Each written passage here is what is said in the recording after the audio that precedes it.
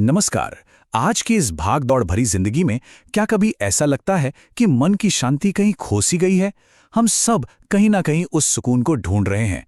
तो चलिए आज गौतम बुद्ध की उन शिक्षाओं की दुनिया में चलते हैं जो सदियों पुरानी होकर भी हमारे आज के जीवन को एक नई दिशा दे सकती हैं। इस सफर की शुरुआत ना एक बहुत ही छोटे से लेकिन बहुत गहरे सवाल से करते हैं। जरा सोचिए, एक पल, बस एक लम्हा क्या बदल सकता है? क्या वाकई एक सिंगल मोमेंट में कुछ बदलने की ताकत है? और बुद्ध का जवाब है हाँ, एक पल सब कुछ बदल सकता है। ये एक बहुत पावरफुल आइडिया है। इसका सीधा सा मतलब है कि जिंदगी का बड़े से बड़ा बदलाव भी किसी एक पल में लिए गए फैसले से ही शुरू होता है। असली शक्ति बीते हुए कल या आने वाले कल में नहीं है, बल्कि अभी में है, इसी पल में जो हमारे हाथ में है। तो ठीक है, अगर बदलाव इसी पल में है तो ये शुरू कहां से होता है? क्या बाहर की दुनिया से? नहीं। बुद्ध कहते हैं कि हर बदलाव की जड़ हमारे अंदर है, हमारे अपने मन में। चलिए, मन की इसी शक्ति को थोड़ा और समझते हैं।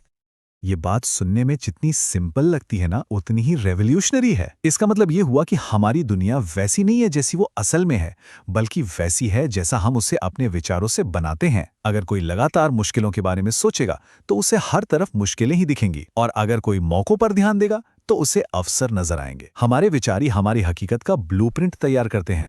यहां देखिए, ये बात कितनी साफ नजर आती है। एक तरफ बुरी और नेगेटिव सोच कष्ट का कारण बनती है, एक काले बादल की तरह, और दूसरी तरफ साफ और शुद्ध विचार खुशी लाते हैं, ठीक एक खिले हुए कमल के फूल की तरह। इक्वेशन बहुत सिंपल है, जैसे विचार वैसी जिंदगी। अच्छा, अगर हमारे विचार ही हमारी दुनिया बनाते हैं, तो फिर उन विचारों का क्या जो सबसे ज्यादा डिस्ट्रक्टिव हैं, मतलब गुस्सा और नफरत?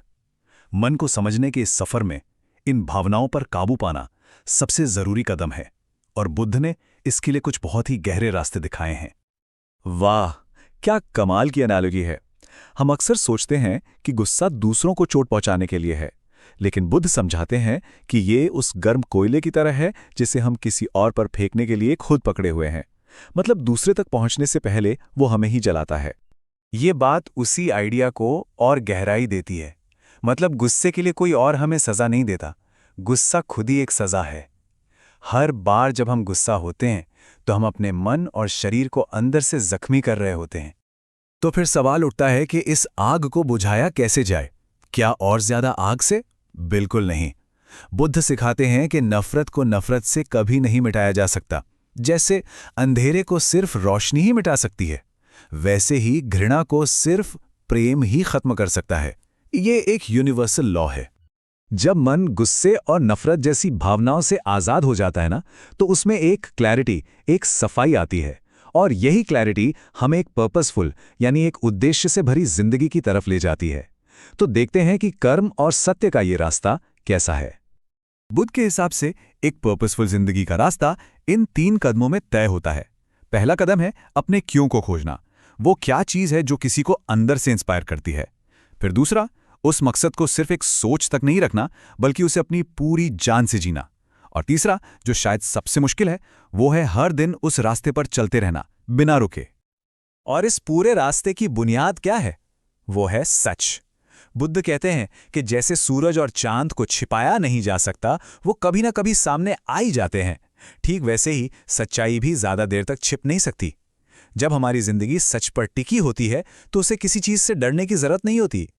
जब कोई सच्चाई और मकसद के रास्ते पे चलता है तो नेचुरली उसके रिश्ते भी गहरे होने लगते हैं, और इन रिश्तों का आधार है प्रेम और करुणा, सिर्फ दूसरों के लिए नहीं बल्कि खुद के लिए भी। ये कितनी खूबसूरत बात है ना? खुशी, प्यार और दया, ये वो चीजें नहीं हैं जो बांटने से कम हो जाएं। असल में ये तो उस दीपक की लौ की तरह है जिसे आप जितना बांटेंगे, रोशनी उतनी ही फैलेगी। और ये बहुत जरूरी है, जिसे हम अक्सर भूल जाते हैं। बुद्ध हमें याद दिलाते हैं कि करुणा की शुरुआत हमेशा खुद से होती है। कोई इंसान दूसरों को वो चीज नहीं दे सकता जो उसके पास खुद नहीं है। दूसरों से सच्चा प्यार पाने के लिए पहले खुद को वो प्यार और स्नेह देना सीखना होगा। तो जब मन को साध लिया, गुस्से पर काबू पा लिया और दिल को प्यार और करुणा से भर लिया, तब हम इस सफर के आखिरी पड़ाव पर पहुंचते हैं, सच्ची और स्थायी मन की शांति। तो आखिर इसका रहस्य क्या है? और वो रहस्य बहुत ही सिंपल है, पर हम उसे अक्सर गलत जगह ढूंढते हैं। हमें लगता है कि शांति तब मिलेगी जब एक अच्छा घर होगा या जब सारी प्रॉब्लम्स खत्म हो जाएंगी। लेकिन बुद्ध कहते हैं कि शांति बाहर की चीजों में है ही नहीं, ये एक अंदरूनी एहसास है जिसे हमें अपने अंदर ही खोजना और बनाना पड़ता है। तो ये रास्ता बनता कैसे है? जैसा कि आप देख सकते हैं, ये छोटे छोटे कदमों से बनता है। ये गुस्से जैसे भारी पत्थर को पीछे छोड़ने जैसा है। जो हमारे पास है उसी में संतोष करना और सब्र रखना, ये समझना कि घड़ा बूंद बूंद से ही भरता है। हर कदम हमें बाहरी शोर से दूर अंदर की स्थिरता की तरफ ले जाता है। और यही है सच्ची शांति की असली पहचान। जब कोई इंसान तारीफों की तेज हवा से उड़ता नहीं और आलोचना के तूफान से हिलता नहीं, तो समझ लीजिए कि उसने अपने अंदर उस चट्टान को पा लिया है जो हमेशा स्थिर रहती है। तो इन सदियों पुरानी शिक्षाओं की रोशनी में अब एक पल रुककर सोचने का वक्त है। अपनी जिंदगी में, अपने विचारों में या अपने कामों में वो कौन सा एक छोटा सा बदलाव है जो लाया जा सकता है। याद रखिए, हर महान यात्रा की शुरुआत एक छोटे से कदम से ही होती है और हर बड़ा बदलाव एक पल से ही शुरू